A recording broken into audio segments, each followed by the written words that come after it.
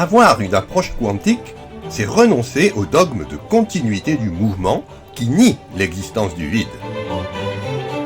C'est introduire des trous entre les choses, obligeant à avoir une progression saccadée par sauts brusques.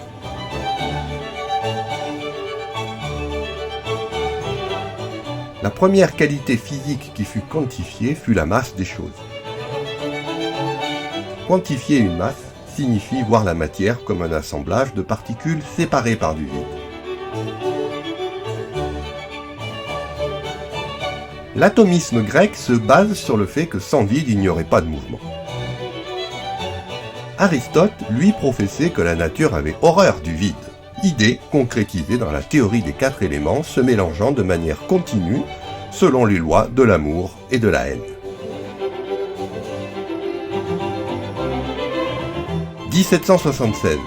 Quelques misérables gouttes d'eau furent aperçues sur un morceau de porcelaine, résultat d'une combustion entre un air inflammable et un air déphlogistiqué. 1781. Les Anglais font voler en éclats le dogme aristotélicien de l'élément eau, en évoquant le phlogistique, substance de masse nulle ou négative quittant la matière lors d'une combustion. Le phlogistique meurt en 1783 quand Lavoisier crée les mots oxygène et hydrogène signifiant générateur d'eau.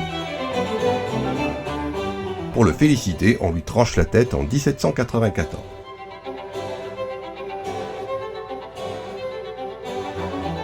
La balance s'imposant, Proust remarque que 2 corps simples s'unissent toujours pour former un composé défini selon le même rapport pondéral.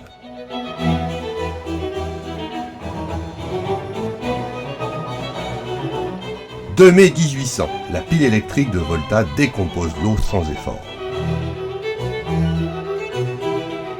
Le chimiste Guiton de Morveau, compagnon de route de Lavoisier, exprime sa surprise dès 1789.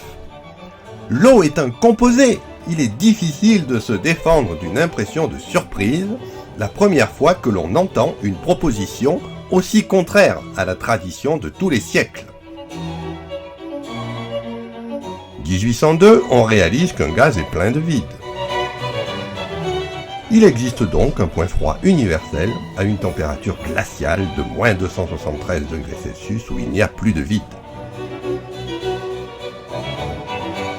Les atomes insécables grecs, ayant chacun un poids caractéristique et invariable, sont réhabilités en 1803.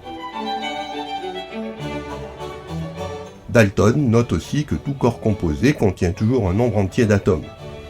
OH devient le tout premier symbole chimique de l'eau.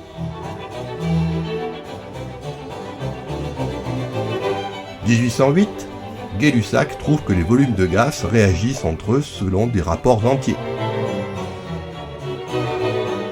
Faut-il qu'écrire l'eau OH, rapport de masse, ou H2O, rapport de volume?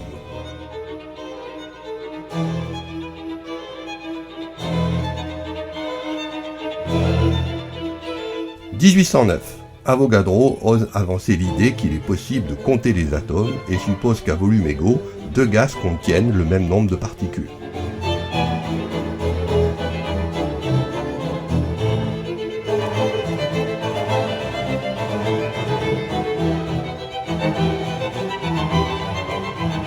Faisant fi des sarcasmes de Dalton sur les mesures de Gay-Lussac, Avogadro veut qu'on écrive l'eau H2O et non OH.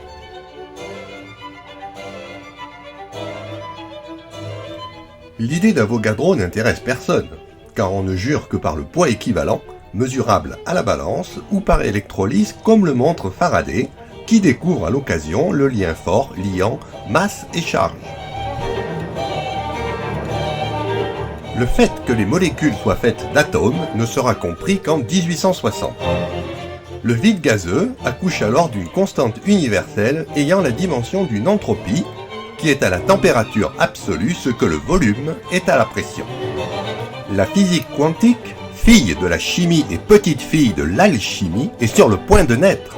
Comme on le verra dans le prochain épisode, Avogadro sera la nouvelle star de ce monde étrange, mais, hélas pour lui, il ne vivra pas assez vieux pour voir ses idées triompher.